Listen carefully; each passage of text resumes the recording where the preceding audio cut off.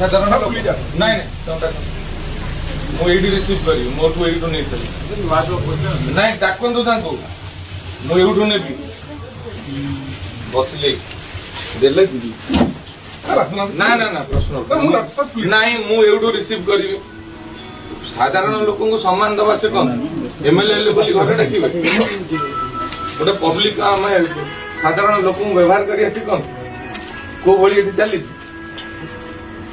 ଆପଣ ଲୋକଙ୍କୁ ଦେବେ ନାହିଁ ଏଫଆଇଆର ଲେଖିବାକୁ କାଗଜ ଦେବେ ନାହିଁ କଲମ ଦେବେ ନାହିଁ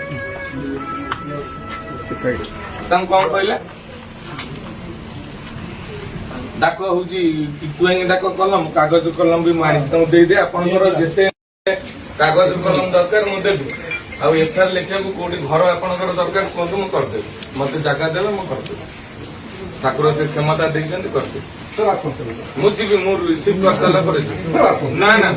ରାତିରେ ମହିଳା ଅଭିଯୋଗକାରୀଙ୍କୁ ପୋଲିସ ଅଧିକାରୀଙ୍କ ଦୁର୍ବ୍ୟବହାର ଅଭିଯୋଗ ଲେଖିବାକୁ କାଗଜ ମାଗିବାରୁ କହିଲେ ତମ ବିଧାୟକଙ୍କୁ କୁହ କାଗଜ ଦେବେ ତତ୍କ୍ଷଣାତ୍ 4 ବଣ୍ଡଲ କାଗଜ ଓ 20ଟି କଲମ ଧରି ଥାନାରେ ପହଞ୍ଚିଗଲେ ବିଧାୟକ ବଦଳିଲା ସରକାର ବଦଳିଲା ଆଇନ କିନ୍ତୁ କେବେ ବଦଳିବ ଏ ବ୍ୟବସ୍ଥା କେବେ ସୁଧୁରିବ ପୋଲିସର ଦୁର୍ବ୍ୟବହାର କେବେ ପାଇବେ ଲୋକ ସୁଶାସନ ସାଧାରଣ ଜନତାଙ୍କ ମନରେ ଏମିତି ଅନେକ ପ୍ରଶ୍ନ କାହା ଇଶାରାରେ ଚାଲିଛି ଜଗତସିଂହପୁର ଥାନା ଗଣତନ୍ତ୍ରରେ ନିର୍ବାଚିତ ଲୋକପ୍ରତିନିଧିଙ୍କ କ୍ଷମତାକୁ ସଂକୁଚିତ କରି ଏବେ ବି ଅଫିସର ରାଜ ଚଳାଇବା ପାଇଁ ଚାଲିଛି ମସୁଦା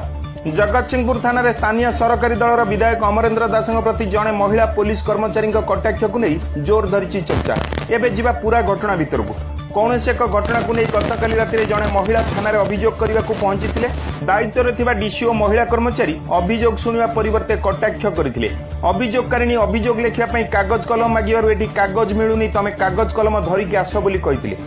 ଯେ ପୋଲିସ ଅଭିଯୋଗକାରୀଙ୍କୁ ଉତ୍ତମ ବ୍ୟବହାର କରିବା ସହ ଆବଶ୍ୟକ ସ୍ଥଳେ ଅଭିଯୋଗ